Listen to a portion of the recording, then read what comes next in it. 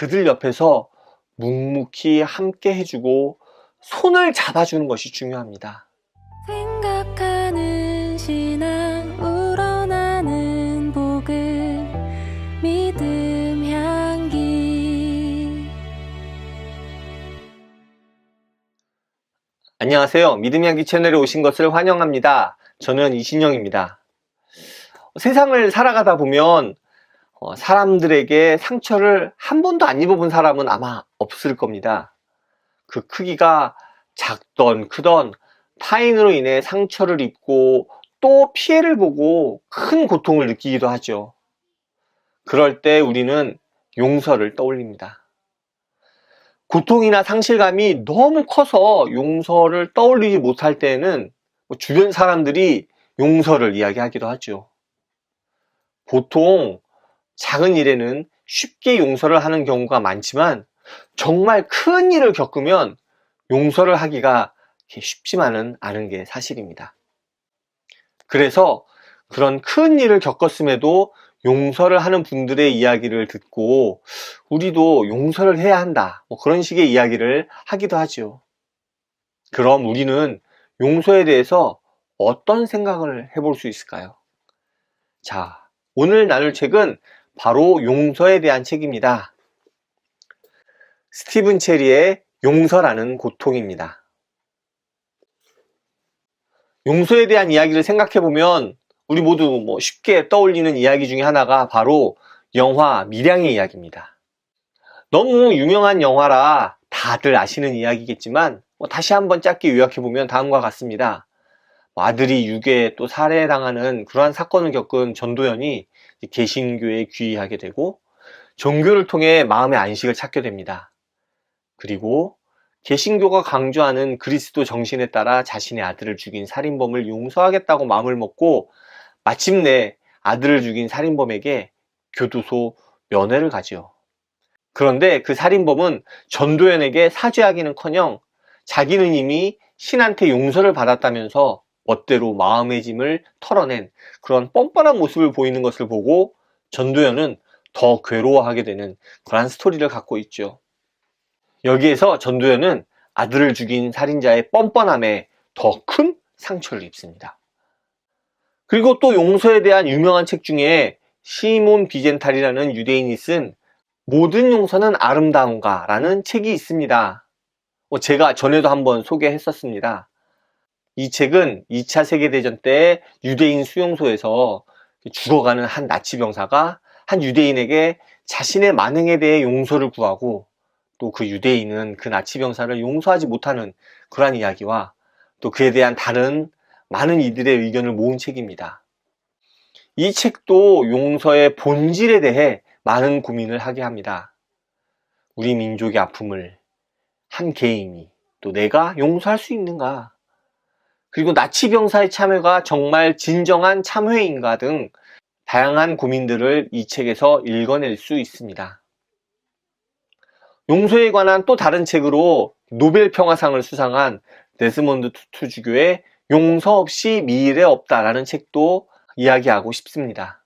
이 책도 제가 전에 소개했었죠. 이 책은 남아프리카 공화국의 인종차별 정책인 아파르트헤이트가 종식되고 흑인과 백인의 깊은 감정의 고를 해결하기 위해 만들어진 진실과 화해위원회의 이야기를 하고 있습니다. 가해자의 진실된 고백과 그에 화답하는 피해자의 전적인 용서를 통해 미래를 향해 나아가는 모습을 이야기하는 책입니다.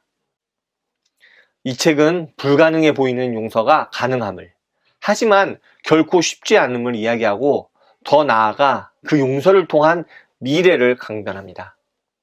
제가 3개의 영화 및 도서를 소개했는데요.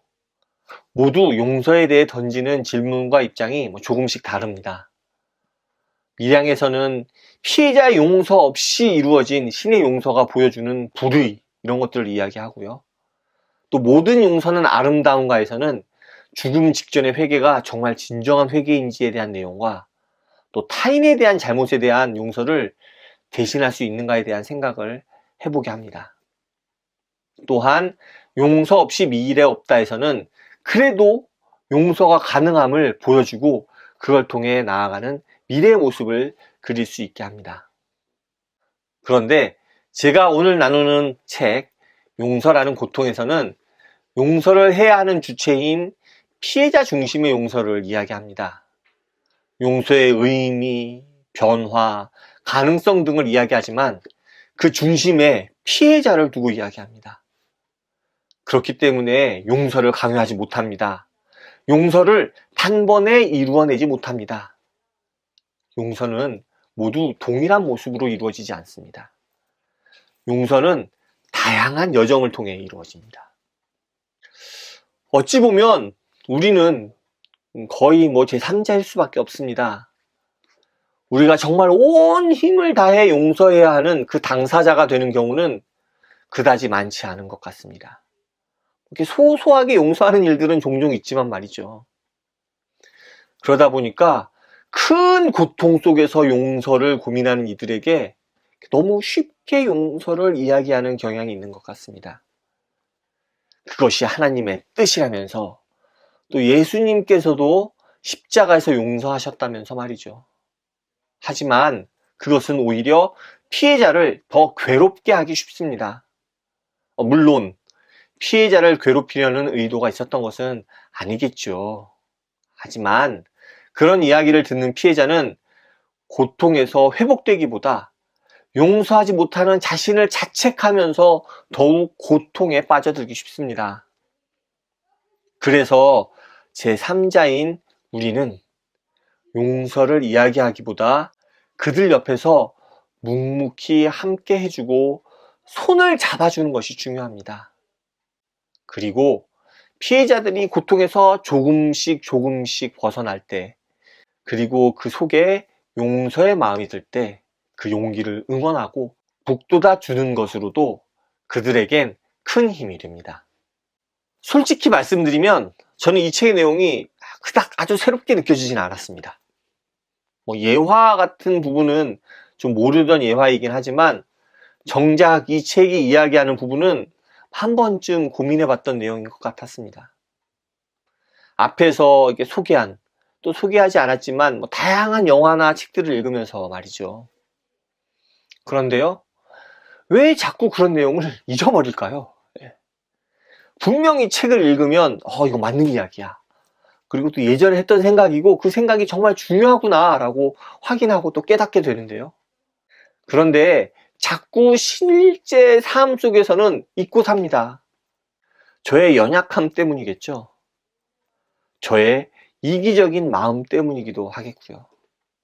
그래서 이런 책을 통해 다시 한번 그러한 생각을 일깨워야 하지 않을까 싶습니다. 피해자들을 제대로 배려하지 못하고 살았던 저의 모습을 다시 한번 돌아볼 시간을 가져야 합니다. 그렇게 우리는 다시 한번 피해자의 편에 설 수 있습니다. 아니, 서야 합니다. 오늘 준비한 내용은 여기까지입니다.